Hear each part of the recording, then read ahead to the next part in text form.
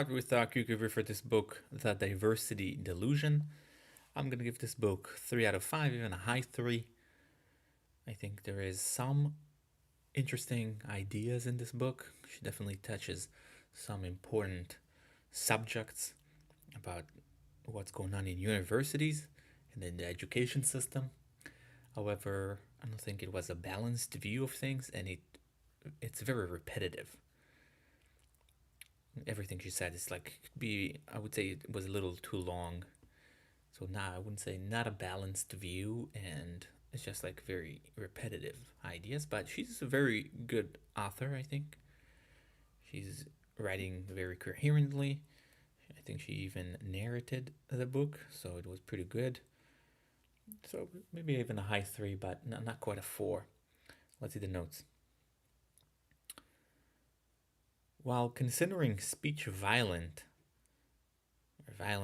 some students resort to actual violence to shut down speech. So we can see that there is some double standards right there, where speech could be considered violence, however, they use real violence sometimes. Next one is, the UC system admits people with lower SAT scores, citing lower scores are equivalent of other people's higher score. So that's what the UC do in the UC system. They admit lower SAT score students with lower SAT scores, since they say that their lower score is the equivalent of someone more privileged that have a higher score. Affirmative action causes people to get lower grades as the institution doesn't fit their educational level. So when they do get in, if it's due to affirmative action rather than their own merit, what happens is they get lower grades, often drop because they don't fit the level. Schools refuse to denounce protesters in a fear of further retaliation.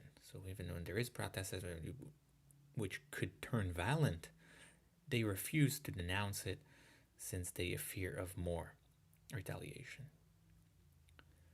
The UC system has sacrificed quality of instructors over diversity. That's what they care more about now, diversity rather than quality. Next one is, in an attempt to admit more students into STEM, universities lower standards. So that's their way to tackle the problem rather than incentivize and find ways to just lower standards. And the last one, there's a mismatch between what universities teach to what students want. It can be seen in the success of some of the great courses. So students want something else than what universities provide. And that can best seen in the great courses success. The best courses are not those who are taught in universities. So there is some mismatch over there.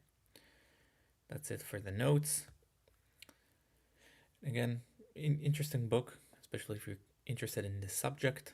I think it's well written, some good points, but not well balanced, I think. And it could be, as I said, a little bit repetitive. 3 out of 5, even a high 3. Thank you.